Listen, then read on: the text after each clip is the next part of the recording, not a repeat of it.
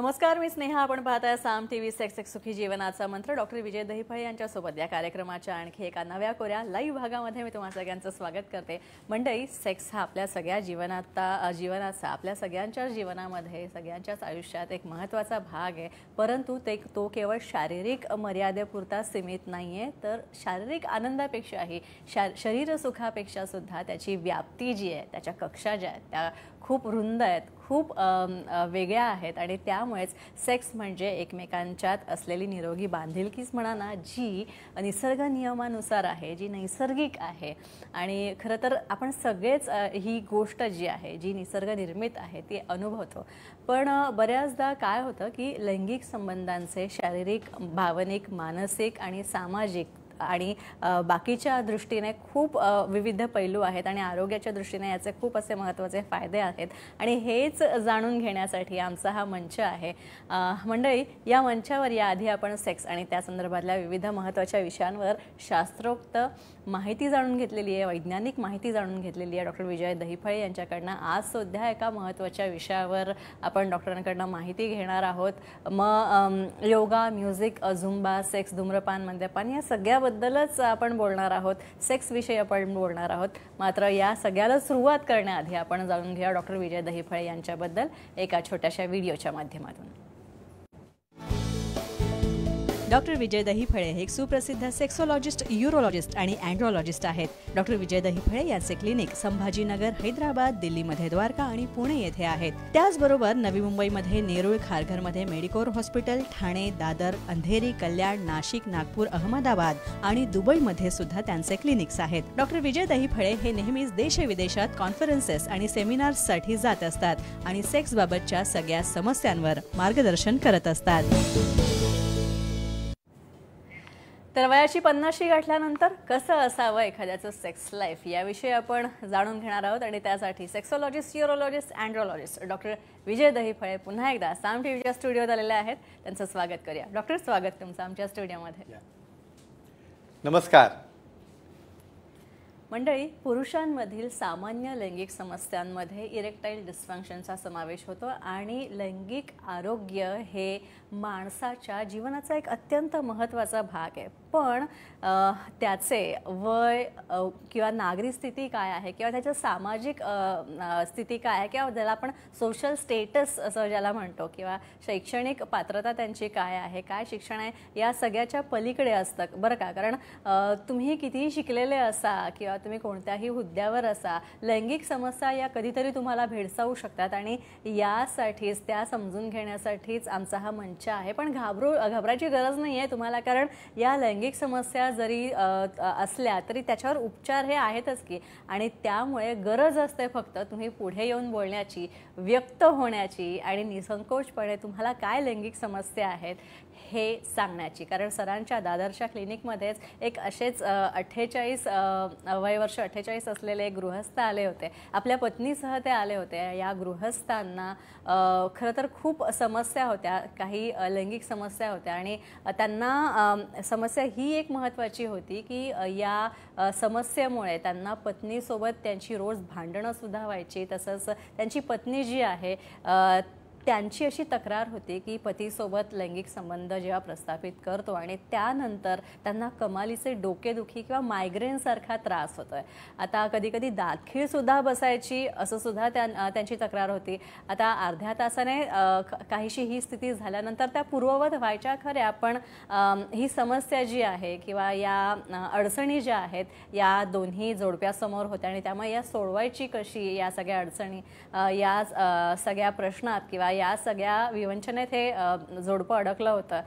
खरं तर यांना जी समस्या होती की नाही, याला पोस्ट कोलायटल सेफोलगिया असं म्हणतात. आणि हीच समस्या जी आहे ही नेमकी काय आहे ती डॉक्टरांनी ओळखली आणि त्याप्रमाणे डॉक्टर विजय दहिफळे यांनी या जोडप्याचं, या पती पत्नीचं समुपदेशन केलं. आणि त्यानंतर त्यांच्या हे जे गृहस्थ होते या गृहस्थांच्या लैंगिक समस्येवर उपचार दिले. गरज पडली तर पी शॉट थेरपी किंवा बाकीच्या व्हॅक्यूम थेरपीसुद्धा आपण देऊ असं डॉक्टरांनी सांगितलं.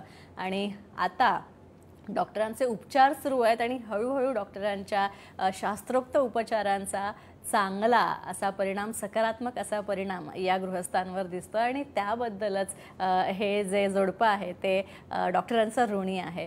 डॉक्टर, काय सांगाल याविषयी? तुम्ही इतक्या चांगल्या विषयाला हात घातलेला आहे की जो खूप जणांना माहीत नाही. पोस्ट कॉयटल किफाल्जिया म्हणजे त्या ठिकाणी समागम झाल्यानंतर काही मायग्रेन होणं, इपिलेप्सी सारखं होणं किंवा बऱ्याचदा पार्टनर ॲग्रेसिव्ह होऊन बऱ्याचदा त्या ठिकाणी तो अटॅक देखील करतो. याची विस्तृत माहिती आपण आज या ठिकाणी सांगूया. सर्वप्रथम आपल्या जगभरातील सर्व दर्शकांचं या सुखी जीवनाच्या मंत्राच्या लाईव्ह भागामध्ये अगदी मनापासून स्वागत आणि तुमच्या सहभागाबद्दल मनापासून अभिनंदन. आज हरतालिका पण झाली आणि आपल्या श्री गणेशाचं आगमन होत आहे, त्याबद्दल तुम्हाला सर्वांचा या श्री गणेशोत्सवाच्या हार्दिक हार्दिक शुभेच्छा.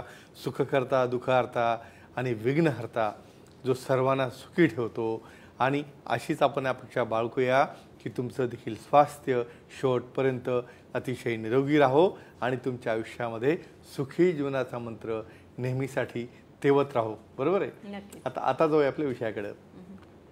या ठिकाणी स्पेशल हिस्ट्री मॅडमने जी सांगितली की या ठिकाणी कपल जे आहे 48 ते 35 हा दोन्ही गटातला डिफरन्स आहे. अक्षरशः जेव्हा पती त्या ठिकाणी आल्यानंतर रडत होते, रिझन असं आहे की त्यांना हे कळत नव्हतं की बऱ्याचदा समागम झाल्यानंतर त्यांची पत्नी ॲग्रेसिव्ह का होते. माझी मान आखडली, मला डोकेदुखी व्हायला लागली, नंतर माझी दातकिळी बसते किंवा बऱ्याचदा ती अटॅक करायची, मारायची. त्या ठिकाणी अतिशय त्रस्त झालेली. बऱ्याचदा त्यांना वाटायचं मला शीघ्रपतन आहे का, कमजोरी आहे का. आणि अक्षरशः याचा परिणाम बघा, हे लक्षात ठेवा, आजूबाजूला तुमची मुलं तुम्हाला पाहत असतात आणि मुलांसमोर जर अशा घटना घडल्या तर बऱ्याचदा काय होईल, फ्युचरमध्ये इतकी सुंदर कल्पना असणारी जोडपं किंवा लग्न या कन्सेप्टबद्दल त्यांच्या मनात काय गोष्ट तयार होईल. तर अशा गोष्टी लपून ठेवायचं नाही. त्या ठिकाणी तुम्ही व्यक्त व्हायचं, कार्यक्रमात सहभागी व्हायचं, स्वतःहून जे कोणी समोर बसलेले आहात त्यांनी इन्व्हॉल्व्ह होऊन प्रश्न विचारायचे आणि हीच ती जागा ज्या ठिकाणी तुमचे पूर्ण प्रश्न सॉल्व्ह होतील.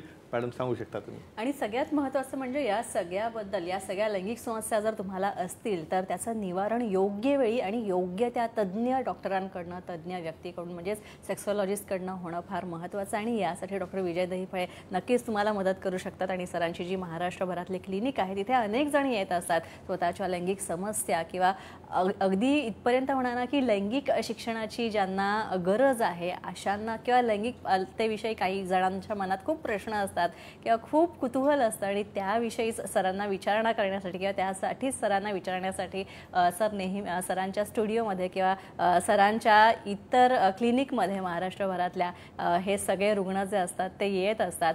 आणि महाराष्ट्रातल्या वेगवेगळ्या ठिकाणची सरांची जी क्लिनिक आहेत, मग संभाजीनगरमधलं असो किंवा पुणे, नेरूळ, दादर, ठाणे, नाशिक, कल्याण, नागपूर आणि नवी मुंबईमध्ये नेरूळ इथे, तसंच खारघरमध्ये सुद्धा मेडिकल हॉस्पिटलमध्ये डॉक्टर तुम्हाला भेटू शकतात. या सगळ्या सेंटर्सवर अनेक जण नियमित येतात. तुम्ही सुद्धा असंच करू शकता आणि त्यांचा सल्ला घेऊ शकता. आणि आत्ता जर तुमच्या मनात काही शंका कुशंका असतील, तुमच्या मनात सेक्सला धरून काही प्रश्न असतील किंवा लैंगिक शिक्षणाबद्दल तुम्हाला आणखी काही जाणून घ्यायचं असतील तर तुम्ही आता आम्हाला आमच्या या कार्यक्रमात थेट फोन करून प्रश्न विचारू शकता. आमच्या कार्यक्रमात सहभागी होऊ शकता. डॉक्टर नक्कीच तुमच्या प्रश्नांची उत्तरं देतील. आणि त्यासाठी आमचा स्टुडिओ क्रमांक मात्र लिहून घ्या. आमचा स्टुडिओ क्रमांक आहे 022 410 1060.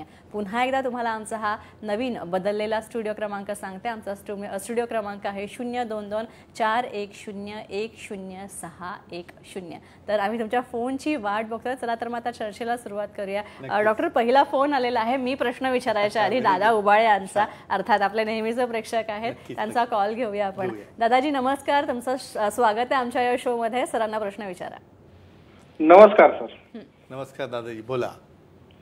सर, मला असं विचारायचं आहे की पेनाइल इम्प्लांट केल्यानंतर त्याचे फ्रॅक्चर होऊ शकते का आणि काय काळजी घेतली पाहिजे याबद्दल सांगा सर.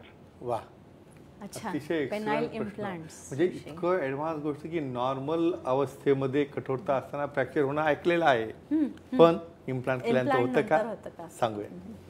मित्रांनो, ठिकाणी महत्वाची गोष्ट सांगतो तुम्हाला की कुठल्याही कारणामुळं आपण नेहमी सांगतो अति तिथं माती. प्रत्येक गोष्टीला लिमिटेशन आहेत, गाईडलाईन्स आहेत. या ठिकाणी समजा डायबिटीज असो, BP असो किंवा ज्या व्यक्तीला कुठल्याही प्रकारचे मेडिसिन काम करत नाहीत, ना पी शॉट नाही, ना व्हॅक्यूम थेरपी नाही, त्यावेळेस मग इम्प्लांट केलं गेलं. आता अशाही केसेस आमच्याकडे आढळलेल्या आहेत की आता इम्प्लांट केलं, आता मला काय, मी नेहमीच इरेक्ट राहणार, मला आता काही अडचण नाही, मी केव्हाही आणि कसंही करू शकणार. अजिबात नाही. Consent, time, place, person, condition, culture, safety, consenting, आपला नोन आणि नॉन इन्फेक्टेड ओल्ड पार्टनर हे आपल्या गाईडलाईन्स आहेत. यामध्ये समजा काही केसमध्ये इम्प्लांटमध्ये देखील काळजी कशी घ्यायची असते. जरी इम्प्लांट केलं, आठवड्यातनं 1 ते 2दा तुमचा कॉन्टॅक्ट व्हावा. आणि रॉंग हिटिंग जर त्या ठिकाणी झालं, जेव्हा वुमन ऑन टॉप पोझिशनमध्ये, त्यावेळेस बऱ्याचदा त्या सिलिकॉनच्या टिप्सचं सुद्धा फ्रॅक्चर होतं. आणि अशा केसमध्ये ते टीप एकमेकाला क्रॉस करतात किंवा आतमध्ये बॉडी त्याची रप्चर होते. मित्रांनो, काळजी करू नका, घाबरू नका. या ठिकाणी तज्ज्ञांना भेटा, सेक्सॉलॉजिस्ट, युरॉलॉजिस्ट, अँड्रॉलॉजिस्टला भेटा. सर्जरी करून त्याला रिप्लेसमेंट देखील करता येते. पण always precaution is better than complication. बरोबर आहे. नक्कीच. यानंतर आणखी एक फोन आलेला आहे डॉक्टर, त्यांचा घेऊया. एक महिला प्रेक्षक आपल्यासोबत जोडल्या गेलेल्या आहेत. नमस्कार, तुमचं नाव सांगा आणि प्रश्न विचारा. हॅलो. हां, नमस्कार. नमस्कार, बोला. मी सोनाली जाधव बोलते सर, पुणे. हां, बोला. सर, प्रसूतीनंतर माया अंगात ढिलेपणा आला असेल तर त्यावर काय ट्रीटमेंट असते त्याबद्दल माहिती द्या. अच्छा, ही बऱ्याचशा महिलांची समस्या असते प्रसूतीनंतर जो ढिलेपणा येतो त्याविषयी. काही केसेस तुम्हाला मी ऐकून महत्त्वाचे सांगतो की अशा ढिलेपणामुळं त्यांच्या पतीने त्या पत्नीला माहेरी नेऊन सोडलेलं आहे आणि त्यांना सांगितलं की आता पूर्वत ओके झाल्यानंतर मग परत या. अच्छा. आणि असं पुरुषांना झालं तर सांगूया आपण. मित्रांनो, या ठिकाणी महत्त्वाची गोष्ट सांगतो. प्रेग्नन्सी राहणं, डिलेवरी होणं, मेन्सेस येणं, वय वाढणं, फॅट होणं, ओबेसिटी होणं आणि डिलेवरीनंतर नॉर्मल प्रोसेस आहे. हो, त्या ठिकाणी प्युबिक मसल्स आहेत, लिगामेंट्स आहेत, ते लोजून नॅचरली प्रसूती होते. पण निसर्गाने काय गिफ्ट दिलेलं आहे तर त्याच प्रसूतीनंतर 2 ते 3 महिन्यामध्ये इन्व्होल्युशन होऊन युट्रस म्हणजे गर्भाशयाची पिशवी, त्याच्या मसल्स, पेल्विक मसल्स या सगळ्या स्मॉल होतात, कॉन्टॅक्ट होतात आणि योनीचा भाग देखील त्या ठिकाणी कॉन्टॅक्ट होतो. पण काही जणांमध्ये होत नाही. अशा वेळेला त्यांच्या पार्टनरला त्या ठिकाणी आस्वाद येत नाही क्रिया करण्यामध्ये किंवा यांना देखील जी पॉईंट बदलल्यामुळे त्या ठिकाणी एन्जॉयमेंट येत नाही. तर अशा वेळेला एकच सांगेन, किगल एक्झरसाइज. म्हणजे त्या ठिकाणी फिमेल्सना स्पेशली सांगतो, नॉर्मल डिलिव्हरी झाल्यानंतर तुम्ही काम करू नका, फिरू नका असं अजिबात नाही. किगल एक्झरसाइज करा. खालचा मूलबंध जो आहे त्याला टाईट करण्याचा प्रयत्न करा. ज्याला जसं जमतं, स्विमिंग आहे, वॉकिंग आहे करा.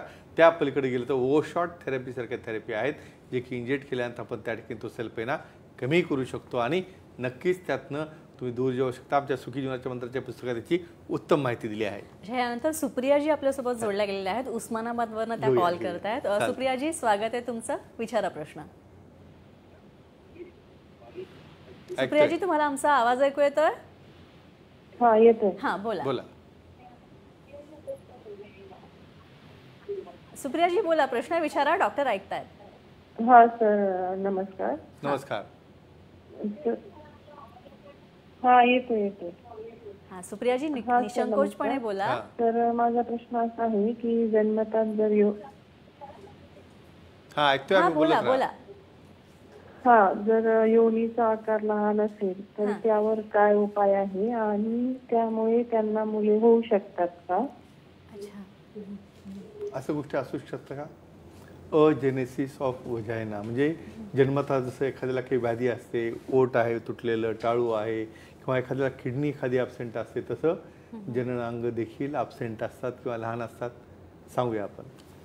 या ठिकाणी मित्रांनो, महत्त्वाची गोष्ट सांगतो तुम्हाला की प्रत्येकाची डेव्हलप होताना जेनेटिक आहे किंवा तुमच्या जे पॅरेंट्सकडनं आलेले जीन्स आहेत किंवा जी फॅमिली हिस्ट्री आहे, त्यामुळे एखाद्याला अजेनेसिस ऑफ वजायना म्हणजे तयार होताना त्या ठिकाणी जे ओपनिंग आहे, जननांग आहे, ते तयार होत नाही. एक्सटर्नली दिसणारा भाग दिसतो पण आतमध्ये वजायनल पार्ट म्हणजे योनीचा भाग, मध्ये युट्रस आहे, फॅलोपियन ट्यूब आहे, ह्या गोष्टी त्या ठिकाणी तयार होत नाहीत. मग अशा केसमध्ये मी अशा केसेस पाहिलेल्या आहेत. काही जण अशा परिस्थितीमध्ये सुद्धा तिचं लग्न करायचे मागं लागतात, तिला पाळी आलेली नसते किंवा तिच्या शरीरात जे बदल पाहिजे असतात ते झाले नसतात. असं करायला नको, कारण असं झाल्यानंतर त्या समोरच्याचं आयुष्य मिसअंडरस्टँडिंगमध्ये जाऊन केसेस ह्या त्यांच्या डायव्होर्सपर्यंत जाऊ शकतात. समजा असं असेल तर काही काळजी करायची गरज नाही. अतिशय चांगल्या अशा रिकन्स्ट्रक्टिव्ह सर्जरी आहेत. पहिल्यांदा आपण 18 ते 20 वर्षापर्यंत त्याची वाढ होऊ देतो, हार्मोनल थेरपी देतो आणि त्या ठिकाणी व्हजायनल रिकन्स्ट्रक्शन करून जी काय आहे बरेचदा आपलं ग्राफ्ट काढून इपिथिलियल पद्धतीने त्या ठिकाणी ते अंग तयार केलं जातं. आता दुसरा प्रश्न राहिला, मुलं होतील का? अर्थातच या ठिकाणी मुलं व्हायची शक्यता का कमी असते की या ठिकाणी गर्भाशयाची पिशवी आणि फॅलोपियन ट्यूब ह्या बनलेल्याच नाहीत. मग ह्या न बनल्यामुळं काय होतं की त्या ठिकाणी अंडकोश तयार होणं, नंतर तो ओव्हरी तयार होणं, ह्या गोष्टी बनत नाहीत. मग याचा उपयोग काय होतो? फक्त तुम्हाला समोरच्या व्यक्तीला हार्मोनल ट्रीटमेंट देऊन शरीरामध्ये जी इच्छाशक्ती असते त्यावेळेला समागम करण्यासाठी त्या ठिकाणी ते अंग बनवलं जातं. म्हणून मी सर्वांना या ठिकाणी ओपनली सांगतो, समजा यांचं दुसरं म्हणणं आहे की ॲबसेंटपेक्षा लहान असेल. हे बघा, लहान आणि मोठ्या ह्या कंपॅरेटिव्ह टर्म्स आहेत.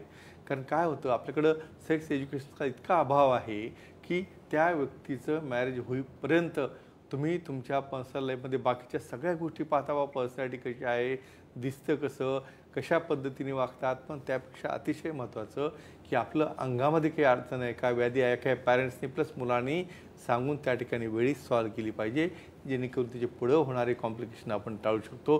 प्रत्येक गोष्टीला उपाय आहे, तुम्ही ॲक्सेप्ट केलं तर आणि तज्ज्ञांना दाखवलं तर. नक्कीच. आणखी एक फोन येतोय काशीनाथ यांचा ठाण्यावरनं. काशीनाथजी, विचारा तुमचा प्रश्न. हॅलो. हां बोला. हॅलो. हां बोला, तुमचा प्रश्न विचारा. नमस्कार. नमस्कार. नमस्कार. तुमच्या टीव्हीचा आवाज कमी करा काशीनाथजी प्लीज. नमस्कार. नमस्कार, बोला. हा सर, माझं काम म्हणजे हॅलो, माझं काम हा बोला. माझं काम लवकर होत. बरं बरं, ठीक आहे. म्हणजे त्या ठिकाणी ताठरता येत नाही आणि शीघ्रपतन आहे, बरोबर आहे? अच्छा, माझं प्रेशर होतं. बरं बरं, चालेल, सांगूया त्यांना. काय होतं बऱ्याच बघा प्रेझेंटेशन करताना, आणि ते साहजिक आहे म्हणजे आपल्या ह्या अवेअरनेसमुळे कमीत कमी ओपनली ते आपल्याकडे येतात. आणि जरी ह्यांना काही वयाचा प्रॉब्लेम असेल काय असेल तर हे कसं ट्रीट करायचं सांगूया आपण. बऱ्याचदा काय होतं, तुम्हाला स्वतःची लैंगिक शिथिलता असल्यामुळे एक पर्सनॅलिटी डेव्हलपमेंटचा प्रॉब्लेम येतो. म्हणजे जरी तुम्ही बाहेरनं एक्सटर्नली दिसायला खूप स्ट्रॉंग असाल तर इंटरनली बिथरलेले असता. तुमची पर्सनॅलिटी तेवढी स्ट्रॉंग राहत नाही, तुमचा कॉन्फिडन्स राहत नाही, ना बोलण्यामध्ये ना तुमच्या काम करण्यामध्ये. का होतं तर तुम्हाला काय होतं की तुम्हाला शीघ्रपतन कमजोरीच्या समस्येमुळं आपला जो पार्टनर आहे त्या पार्टनरकडनं बऱ्याचदा त्याला मी सॅटिस्फाय करू शकत नाही, म्हणून स्वतः त्यामध्ये ते बऱ्याचदा डिप्रेशनमध्ये किंवा सेपरेशनमध्ये जातात. मग अशा वेळेला काय केलं पाहिजे, तज्ज्ञांना भेटून पहिल्यांदा डायग्नोसिस करणे. काउन्सिलिंग महत्त्वाचं असतं, त्याचं कारण महत्त्वाचं असतं. बऱ्याचदा सायकोजेनिक, न्यूरोजेनिक, वास्कुलोजेनिक, कार्पोरल किंवा कंडिशन रिफ्लेक्स, सोशल कॉजेससुद्धा बरेचदा रिस्पॉन्सिबल असतात की आपल्या फॅमिलीतलं वातावरण आहे, आपल्या पार्टनरचा स्वभाव आहे, घरातले बाकीचे असलेले मेंबर्स आहेत, मग त्यांचं असलेलं प्रेशर, ह्या सर्व गोष्टी वेगवेगळ्या असतात. आम्ही काउन्सिलिंग करून त्याचा शोध लावतो. त्यामध्ये वयाप्रमाणे हार्मोन डिफिशियन्सी असेल, टेस्टोस्टेरॉन कमी असेल तर टेस्टोस्टेरॉन रिप्लेसमेंट थेरपी दिली जाते. अतिशय चांगल्या प्रकारची सेंट्रली ॲक्टिंग आहेत, लोकली ॲक्टिंग आहेत, पेरिफेरली ॲक्टिंग आहेत, असे विविध प्रकारच्या ट्रीटमेंट अवेलेबल आहेत. पण हे तुम्ही ॲक्सेप्ट करा की मला कमजोरी आहे, आता मला गरज नाही पण पार्टनरचं मला घेणं देणं नाही असं म्हणून जमत नाही. मग यामुळेच फॅमिलीमध्ये डिस्ट्रॅक्शन होत असतं. तर मित्रांनो, एका छोट्याशा शब्दात मी सांगतो की हा डिस्फंक्शन हा आजार नाही, हे एक लाईफस्टाईल डिसऑर्डर आहे, ज्यामध्ये की तुम्हाला त्याला रिप्लेसमेंट करून ट्रीटमेंट देऊन ते शेवटपर्यंत ॲक्टिव्ह ठेवलं तर नुसतंच तुमच्या सेक्शुअली किंवा लैंगिकतेत नाही तर तुम्हाला तुमचं स्वास्थ्य हृदयाचं आहे, ब्रेनचं आहे, पूर्ण आरोग्याचं स्वास्थ्य मेंटेन ठेवता येतं. अच्छा डॉक्टर, आणखी एक असं की दारूचं व्यसन, कमजोरी आणि सेक्स ट्रीटमेंट, काय काळजी घ्यायची? म्हणजे किती जणांचा प्रश्न असेल हा? बऱ्याच. हां, प्रत्येकाचा. पण सांगूया आपण, खूप जणांना माहीत नाही की याचं काय कोरिलेशन आहे. मित्रांनो, हे बघा, प्रत्येक गोष्ट मी परत सांगतो, लिमिटमध्ये असेल तर तुम्हाला काही अडचण येत नाही. लिमिटचं म्हटल्यानंतर तुम्ही कंपॅरिझन करायचं नाही, कारण प्रत्येकाची लिमिट ही वेगवेगळी असते. मग आता या ठिकाणी काय होतं, अल्कोहोल काय करतं, आता बरेच जण अशा कट्ट्यावरच्या गप्पामध्ये काय सांगतात, त्याला ना आता तुझं हनीमून आहे ना, एक थोडंसं काहीतरी घे आणि मग बघ कशी एनर्जी तुझी पॉवर येते. एखाद्या वेळेस कधीतरी ठीक आहे, पण बरेचदा तुमचं प्रमाण इतकं जास्त असेल तर प्री फ्रंटल कॉर्टेक्स याने ज्या ठिकाणी आपल्या अवयवाकडनं जे सेन्सेशन कॅरी होतात ते त्या ठिकाणी समजतात आणि तिथून नायट्रिक ऑक्साईड तयार होऊन हे cyclic GMP, AMP, PD5 inhibition या गोष्टी घडत असतात. मग यावर अफेक्शन झालं की अर्थातच तुम्ही हळूहळू ॲडिक्शनमध्ये जाऊन आकार लिंगाचा लहान होणे, कठोरता कमी होणे, इच्छा कमी होणे आणि शेवटी सेक्शुअल डिस्फंक्शनमध्ये जाता. म्हणून गोष्टी लिमिटमध्ये ठेवल्या तर नक्कीच त्याचा साईड इफेक्ट होत नाही. सहसा आपण बंदच करा म्हणतो, पण प्रॅक्टिकली हे होत नसतं. आता कंट्रोलमध्ये ठेवून गोष्टी त्या नॉर्मली करू शकतात. अच्छा, नक्कीच डॉक्टर. आणखी एक महत्त्वाचं की आता आपण आपल्या क्विज टाईमकडे जाणार आहोत. क्विज टाईम झालेला आहे, पण त्याआधी याचा विनर कोण आहे ते आपण नक्कीच सांगूया. आपण मागच्या वेळेची सांगूया. आशिष सुतार साताऱ्याचे आपल्या सेंटरला आले, त्यांनी बुक्स जिंकलेले, बुक्स दिला, आपण त्याला प्रोटीन्स दिले, गिफ्ट दिले, त्यांचं अगदी मनापासून अभिनंदन. आणि अशाच प्रकारे तुम्हाला सहभागी व्हायचं असेल तर चिठ्ठी काढा. तर बघू कोण विनर आहे. चिठ्ठ्या कमी आहेत. हां, आता हे जे आहे ह्या महिन्याचा लॉट आहे, पुढचा लॉट आपला तयार होत आहे, त्यामध्ये नक्की येणार, कारण आपली प्रश्नाची उत्तरं भरपूर असतात. सांगूया आपण आता कुठे गेलो. आपण गेलो दौंडला. त्या ठिकाणी धमाले संदीप यांचं अगदी मनापासून अभिनंदन. कुठल्या प्रश्नाला उत्तर दिलं तर या ठिकाणी जर कमजोरीसोबत ओबेसिटी असेल, लठ्ठपणा असेल तर काय करायला पाहिजे. तर अशा केसेसमध्ये पहिल्यांदा लठ्ठपणा कमी करणं. लठ्ठपणा कमी केल्यामुळे टेस्टोस्टेरॉनचे हार्मोन वाढतात, लिंगाकडे जाणारा प्रवाह वाढतो. गरज पडल्यास त्या ठिकाणी सेंट्रल ॲक्टिंग टेस्टोस्टेरॉन थेरपी किंवा लायपोसक्शन देखील करता येते. असे हे छान उत्तर. अशाच पद्धतीने जर तुम्हाला सहभागी व्हायचं असेल या कार्यक्रमात तर प्रश्न विचारायला लागेल. नक्कीच. समजा कमजोरीसोबत अल्कोहोलिझम किंवा मद्यपान तुम्ही करत असाल तर काय काळजी घ्यायला पाहिजे, याचं उत्तर तुम्हाला येत्या गुरुवारपर्यंत द्यायचं आहे. त्या ठिकाणी डायरेक्टली फोन लावा, टेक्स्ट मेसेज करा किंवा आमच्या टीमला तुम्ही बोलू शकता. या ठिकाणी आपल्या चित्रफितीमध्ये अतिशय महत्त्वाचे इव्हेंट त्या ठिकाणी तुम्ही पाहू शकता. आज इंडियन मेडिकल असोसिएशनच्या संभाजीनगरच्या अध्यक्षा डॉक्टर उज्ज्वला दहिफळे यांची राष्ट्रीय कार्यकारिणी जी IMAची आहे त्या ठिकाणी कॉलेज ऑफ जनरल प्रॅक्टिशनर यांच्या सहसचिवपदी त्यांची नियुक्ती करण्यात आली. त्याबद्दल त्यांचं अगदी मनापासून अभिनंदन. आणि त्याचबरोबर आज Indian medical association Chhatrapati Sambhajinagar इथे या ठिकाणी स्टेट लेवलची जी आहे ती इलेक्शन त्या ठिकाणी घेण्यात आली, ज्यामध्ये प्रेसिडेंट इलेक्टची त्या ठिकाणी रेफरी निवडणुका झाल्या अतिशय खेळीमेळीच्या वातावरणात. त्या ठिकाणी एकच परत आपल्या सर्व दर्शकांना गणेशोत्सवाच्या हार्दिक शुभेच्छा आणि सर्वांच्या जीवनामध्ये सुखी जीवनाचा मंत्र नांदो ही आमची अपेक्षा. बाकी तुम्ही सांगू शकता. नक्कीच. आणि हाच मंत्र प्रत्येकाला मिळावा यासाठी आपला मंच आणि डॉक्टर तुम्ही विशेष करून खूप प्रयत्न करता आणि त्यासाठी खूप खूप आभार तुमचा. कारण दरवेळी आम्हाला तुमच्याकडनं नवीन विषय आणि त्यांचं आकलन, त्यांच्याविषयी आणखी सखोल माहिती आम्हाला मिळत असते. त्यासाठी खूप खूप आभार. धन्यवाद. आता वेळ झाली इथेच थांबण्याची. मात्र आता प्रेक्षकांचाही निरोप घेऊया. त्यामुळे आता आपण इथेच थांबतोय. मात्र पुढच्या शुक्रवारी याच नव्या कोऱ्या लाईव्ह भागामध्ये आणखी एका नव्या कोऱ्या लाईव्ह भागामध्ये आपण भेटणार आहोत. तोपर्यंत तुम्ही स्वतःची काळजी घ्या. शुभरात्री. नमस्कार.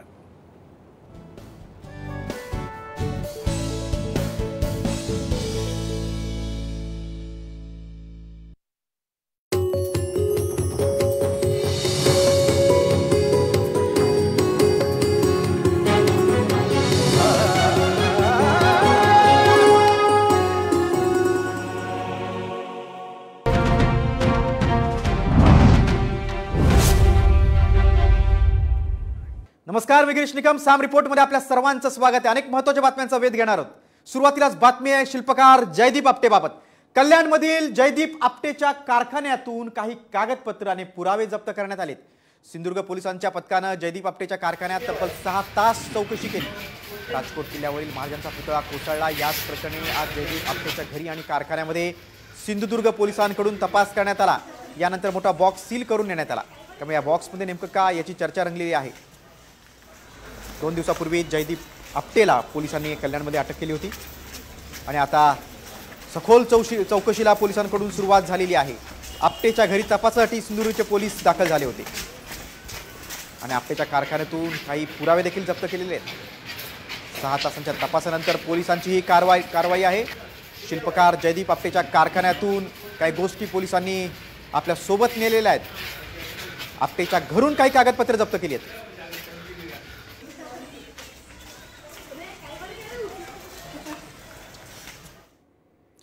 आमच्या एक्सक्लुझिव्ह बातमीनंतर आता राज्यातल्या इतर राजकीय बातम्यांकडे आपण वळूया. महायुतीचा कॅप्टन मीच असं स्पष्टीकरण मुख्यमंत्री एकनाथ शिंदेंनी साम टीव्हीच्या ब्लॅक अँड व्हाईट मुलाखतीमध्ये दिलंय. लाडकी बहीण योजनेच्या श्रेयावरून अजित पवारांची राष्ट्रवादी आणि शिवसेना शिंदे गटात जुंपली आहे. त्याबाबत मुख्यमंत्र्यांना विचारलं असता त्यांनी ही श्रेयाची लढाई नसल्याचं म्हटलंय. मुळात तुम्ही मुख्यमंत्री लाडकी बहीण योजना असं म्हटल्यानंतर अजित पवार म्हणतात की नाही त्याचं नाव लहान असलं तर बरं दिसतं, तर लाडकी बहीण योजनाच हवी होती, त्याच्यात मुख्यमंत्री म्हणण्याची काही गरज नाही, आणि मग त्यातला मुख्यमंत्री शब्द गळाला तर काय म्हणजे क्रेडिट पॉलिटिक्स सुरू आहे अंतर्गत महायुतीमध्ये? बघा, याचं सर्व श्रेय आमच्या बहिणींना आहे. बरं, ज्या बहिणींना याचा लाभ मिळतोय त्या बहिणींना याचं श्रेय आहे, कारण ही योजना आम्ही त्यांच्यासाठी केली. त्यामुळे श्रेयवादामध्ये आम्ही कधी पडत नाही. आणि मुख्यमंत्री हा प्रमुख असतो, टीमचा कॅप्टन म्हणून. शेवटी लोकांना माहीत आहे, लोक सगळे सुज्ञ आहेत. त्यामुळे ह्या श्रेयवादामध्ये आम्ही बिलकुल पडत नाही. आम्ही महायुती म्हणून काम करतोय आणि माझ्या बहिणींना मी श्रेय देतो. मुख्यमंत्र्यांच्या विशेष मुलाखतीनंतर पुढच्या रिपोर्टकडे. महायुतीची महत्वाकांक्षी योजनेच्या श्रेयवादावरून आता महाभारत रंगलंय. नेमका हा श्रेयवाद काय आहे, कोण घेतंय नेमकं श्रेय, त्यावरचा सामचा हा स्पेशल रिपोर्ट. लाडकीच्या श्रेयावरून महायुतीत वाद. दादांनी मुख्यमंत्री शब्द वगळल्यानं महाभारत. लाडकीच्या जाहिरातीची एसओपी ठरवणार. राज्य सरकारची महत्वाकांक्षी लाडकी बहीण योजना श्रेयवादाच्या कचाट्यात सापडली आहे. अजित पवारांच्या राष्ट्रवादीनं जाहिरात करताना लाडकी बहीण योजनेच्या नावातून मुख्यमंत्री शब्द वगळला.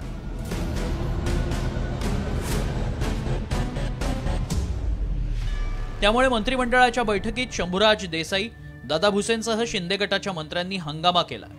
यावेळी देवेंद्र फडणवीसांनी मात्र मध्यस्थी करत वादावर पडदा टाकण्याचा प्रयत्न केलाय. मात्र एवढं महाभारत झाल्यानंतरही अजित पवारांच्या राष्ट्रवादीनं नाव वगळण्याचं समर्थन केलं. आमच्या महायुतीमधल्या एका घटक पक्षानं त्यांच्या पक्षाचा प्रचार करताना किंवा त्यांच्या पक्षाच्या जाहिराती करताना मुख्यमंत्री हा शब्द त्यातनं वगळला. आमच्या एका घटक पक्षाच्या जाहिरातीमध्ये, विशेषतः राष्ट्रवादी काँग्रेस पक्षाच्या जाहिरातीमध्ये दिसत नाही. याच्याबद्दल नाराजी ही निश्चितपणे शिवसेनेमध्ये आहे. ज्या दिवशी अर्थसंकल्प सादर झाला त्या दिवशी, त्याच्या दुसऱ्याच दिवशी अनाथांचा नाथ एकनाथ म्हणून सबंध राज्यभरामध्ये बॅनर, होर्डिंग, पोस्टर झळकले होते. याचा अर्थ त्यामध्ये त्या संदर्भातली तयारी अगोदरच करण्यात आलेली होती. त्यावेळेला आम्ही कोणी म्हणालो का असं की याचं श्रेय जे आहे ते मुख्यमंत्र्यांनी एकट्यानेच का घ्यावं म्हणून? तर हे कमी होतं की काय, भाजपनंही थेट बारामतीत लाडकी बहीण योजनेचा बॅनर लावला. मात्र त्यावर अजित पवारांचा फोटो वगळला. त्यामुळे लाडकीवरून महायुतीत वाद सुरू असल्याचं चव्हाट्यावर आलंय. त्यामुळे आता उपमुख्यमंत्री देवेंद्र फडणवीस हेच जाहिरातीची एसओपी तयार करणार असल्याची सूत्रांची माहिती आहे. तर दुसरीकडे मंत्री सुधीर मुनगंटीवारांनी बॅनरबाजी करणाऱ्या कार्यकर्त्यांचे कान टोचले. कोणाच्या तरी सुपीक डोक्यातून नापीक कल्पना निघताय. काही ताण वाडगा नाही हो. कोण सांगताय ताण वाडगा? ज्यागा महाराष्ट्र समजगा नाही, महाराष्ट्राच्या शक्तीची माहिती नाही, महाराष्ट्राच्या जनतेवर, महाराष्ट्राच्या शेतकऱ्यांवर, व्यापाऱ्यांवर, उद्योगावर ज्यांना विश्वास नाही असे लोक हे सांगतात. नाही पण त्याचा याच्याशी काय संबंध? त्याचा GR का निघाला ही स्वतंत्र माहिती घेऊ, पण तुम्ही याचा संबंध त्याच्याशी काय जोडताय? लोकसभेला फटका बसल्यानंतर विधानसभेपूर्वी महायुती सरकारनं लाडकी बहीण योजना आणली. ही योजना विधानसभेला गेम चेंजर ठरण्याची चर्चा असतानाच आता श्रेयावरून लढाई रंगली आहे. त्यामुळे निवडणुकीपूर्वी वाद दूर करण्याचं आव्हान महायुती समोर असणार आहे. ब्युरो रिपोर्ट, साम टीव्ही न्यूज. एकीकडे लाडकीच्या श्रेयावादून वाद रंगला आहे तर दुसरीकडे शिंदे गटाचे मंत्र्यांनी अर्थ खात्यावर टीकेची झोड उठवलेली आहे. शिंदे गटाची अजित पवारांवरील नाराजी काही केल्यानं कमी होईना. अर्थ खातं सर्वात नालायक खातं असं म्हणत शिंदे गटाचे मंत्री गुलाबराव पाटील यांनी अजित पवारांच्या खात्यावर संताप व्यक्त केलाय.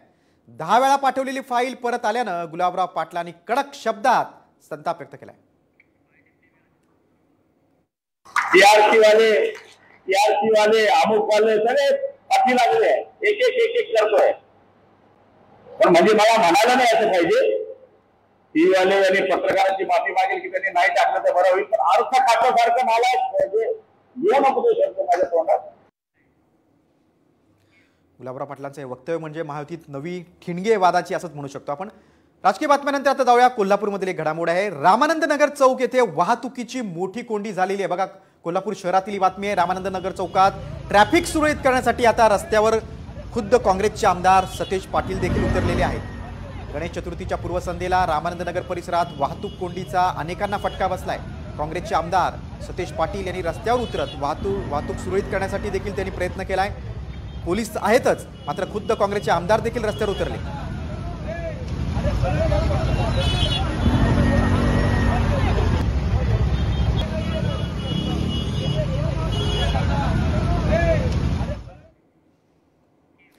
इकडे कोल्हापूरमध्ये शहरात वाहतुकीची कोंडी झाली आहे, तिकडे मुंबई गोवा महामार्गावर देखील तशीच काहीशी स्थिती आहे. कारण कोकणात गणेशोत्सवासाठी जाणाऱ्या गणेश भक्तांच्या आता मेगा हाल झालेत.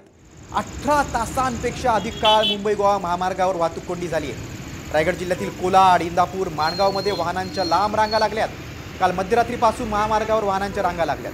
कालपासूनच गणेश भक्त चाकरमानी कोकणात निघाल्या आणि तेव्हापासून वाहतूक कोंडी सुरू झाली आहे. गतवर्षी खड्ड्यांचं विघ्न, तर यावर्षी अरुंद रस्त्यामध्ये महामार्गावर वाहतूक कोंडी झाली. पोलीस प्रशासनाचा कोंडी दूर करण्याचा प्रयत्न आहे, मात्र गणेश भक्त कमालीचे हैराण झाले.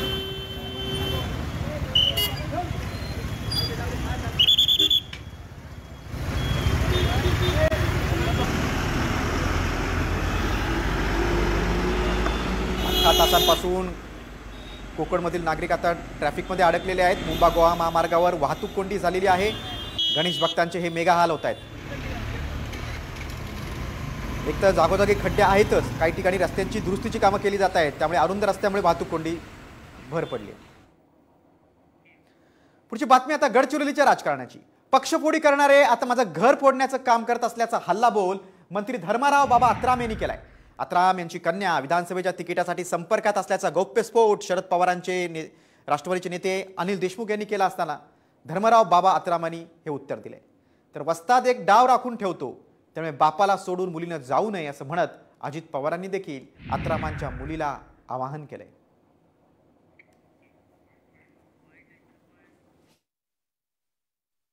फोडी करून माझ्या स्वतःच्या मुलीला माझ्या विरोधामध्ये उभा करायचा धंदा या राष्ट्रवादी काँग्रेस हे लोक प्रयत्न करत आहेत. त्यांच्यावर कदापि तुम्ही सगळ्यांनी विश्वास ठेवायचा नाही. ठीक आहे, पक्ष फोडीचा कार्यक्रम तुमचा झाला आणि घर फोडायचा सक्का मुलीला तुम्ही बाजूला घेऊन आमच्या बापाच्या विरोधामध्ये जेही पोरगी आपला बापाचा होऊ शकला नाही ते तुमचा कसा होणार आहे ह्याचा तुम्हाला विचार करावा लागेल. एक गाव वस्ताद राखून ठेवतो, बाकीचे सगळे त्यांना सांगतो. मला त्यांना सांगायचं, अजूनही चुकभूल करू नका. तुमच्या वडिलांच्या बरोबर राहा. वडिलांचं जेवढं लेकीवर प्रेम असतं तेवढं प्रेम कुणीच लेकीवर करू शकत नाही. आणि असं असताना तुम्ही त्याच्यामध्ये कुठेतरी घरामध्ये फूट पाडण्याचा प्रयत्न करताय, हे बरोबर नाही. पुढच्या बातमीकडे. महाराष्ट्र विधानसभेच्या निवडणुका कधी होणार यावर बराच उहापोह सुरू असतानाच साम टीव्हीच्या विशेष ब्लॅक अँड व्हाईट मुलाखतीमध्ये मुख्यमंत्री एकनाथ शिंदेंनी स्पष्टीकरण दिलंय. विधानसभेच्या निवडणुका वेळेतच होतील असं मुख्यमंत्र्यांनी साम टीव्हीच्या ब्लॅक अँड व्हाईट मुलाखतीमध्ये स्पष्ट केलंय. निवडणुका वेळेत होतील महाराष्ट्राच्या विधानसभेच्या, कारण अनेक तर्कवितर्क लावली जात आहेत की नाही मध्ये राष्ट्रपती राजवट लागेल, मग पुढे ढकलल्या जातील. निवडणुका वेळेवर होतील. महाराष्ट्रातल्या निवडणुका वेळेवर होतील. महाराष्ट्रातल्या निवडणुका वेळेवर होतील. न्याय तुम्हाला द्यायचा आहे जनता म्हणून. मवियासारखाच महायुतीत देखील आता सीएम पदाच्या चेहऱ्यावरून धुसफूस समोर आली आहे. उपमुख्यमंत्री अजित पवारांच्या दाव्यानंतर शिंदे गटानं देखील आता शिंदेंच्याच नेतृत्वात निवडणूक लढवणार असल्याचा ठाम भूमिका घेतली आहे. भाजपनंही त्यांना दुजोरा दिला आहे. त्यामुळे अजितदादांनी पुन्हा सारवासारव केली. अजित पवार नेमकं काय बोलले आणि त्यानंतर महायुतीत काय महाभारत घडलंय त्यावरचा हा खास रिपोर्ट. मुख्यमंत्री पदावरून महायुतीत टेन्शन. सीएम पदावर अजितदादांचा मोठा दावा. शिंदे महायुतीचा सीएम पदाचा चेहरा नाहीत.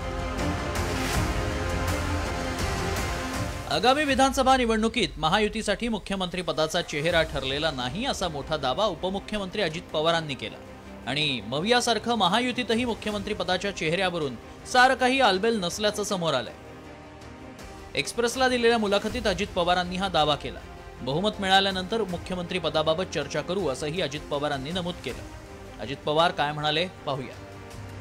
महायुतीचा सीएम पदाचा चेहरा ठरलाय का? नाही.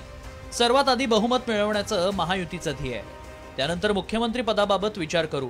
मात्र महायुतीचाच मुख्यमंत्री असणार. शिंदे गटानं मात्र शिंदेंच्याच नेतृत्वात निवडणुका लढवण्याची ठाम भूमिका मांडली आहे. तसंच निकालानंतरही शिंदेंचं नेतृत्व करणार असल्याचा दावा केलाय. फडणवीसांनीही शिंदे गटाच्या